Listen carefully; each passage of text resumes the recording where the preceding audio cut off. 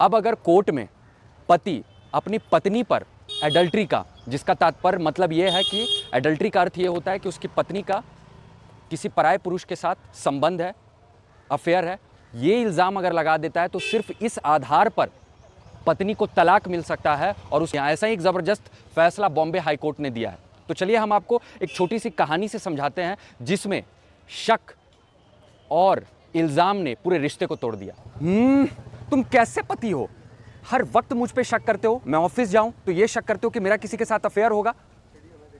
अच्छा, क्यों ना करूं भाई, हर वक्त तुम फोन में लगे रहती हो, मुझे पता है कि तुम्हारा किसी और के साथ चक्कर चल रहा है।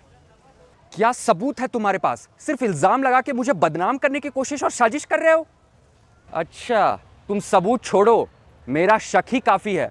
वकील साहब, मैं परेशान हो गई हूं अपनी पति से।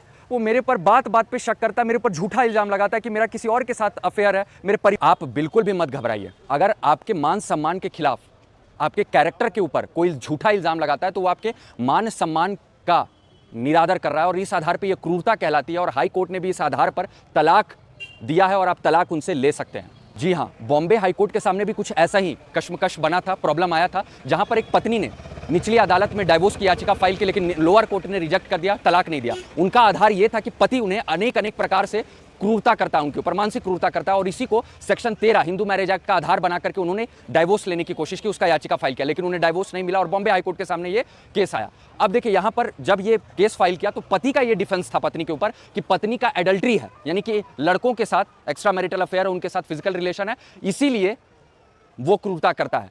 तो बॉम्बे हाई कोर्ट ने साफ तौर पे कहा कि अगर आप बिना किसी, क्योंकि यहां पति ने बिना किसी ठोस सबूत के अनवारंटेड एलिगेशंस लगा दिए थे, तो ऐसी स्थिति में कहीं ना कहीं आप उस पत्नी के, उसके समाज में, उसके मान सम्मान पे, उसकी मर्यादा को ठेस पहुंचा रहे हो और ऐसी स्थिति में ये एक मानसिक क्रूरता बनती है और इसी के तहत पत्नी उस आधार पर भी आपके ऊपर डाइवोर्स, तलाक ले सकती है बिना साथ ही साथ बॉम्बे हाई कोर्ट ने यह भी कहा कि अगर पत्नी के ऊपर आपने किसी प्रकार का क्रूरता किया है और आप डिफेंस में यह कह रहे हो कि मेरी पत्नी तो भाई एडल्ट्री में, इसीलिए मैंने उसके साथ क्रूरता की है, तो यह कोई भी डिफेंस नहीं है। और अगर पत्नी साबित कर देती है कि आपने अलग तरीके का क्रूरता उसके ऊपर किया है और पत्नी एडल्ट्री में अगर है भी, तब भी आपने उस जो अलग प्रकार का क्रूरता किया है, उस आधार पर पत्नी आराम से तलाक आपसे ले सकती है, क्योंकि कोई भी ये डिफेंस नहीं हो सकता कि अगर पत्नी एडल्ट्री में है तो आप उसके साथ क्रूरता करें, ये कहीं भी जस्टिफाइड नहीं है। कहने का तात्पर्य यह है कि अगर पत्नी एडल्ट्री में है तो आपके पास, आपको लाइसेंस नहीं मिल जाता है कि आप उस आधार पर उसके साथ क्रूरता करते चले जाए। शादी जो है वो विश्वास पर टिकी होती है,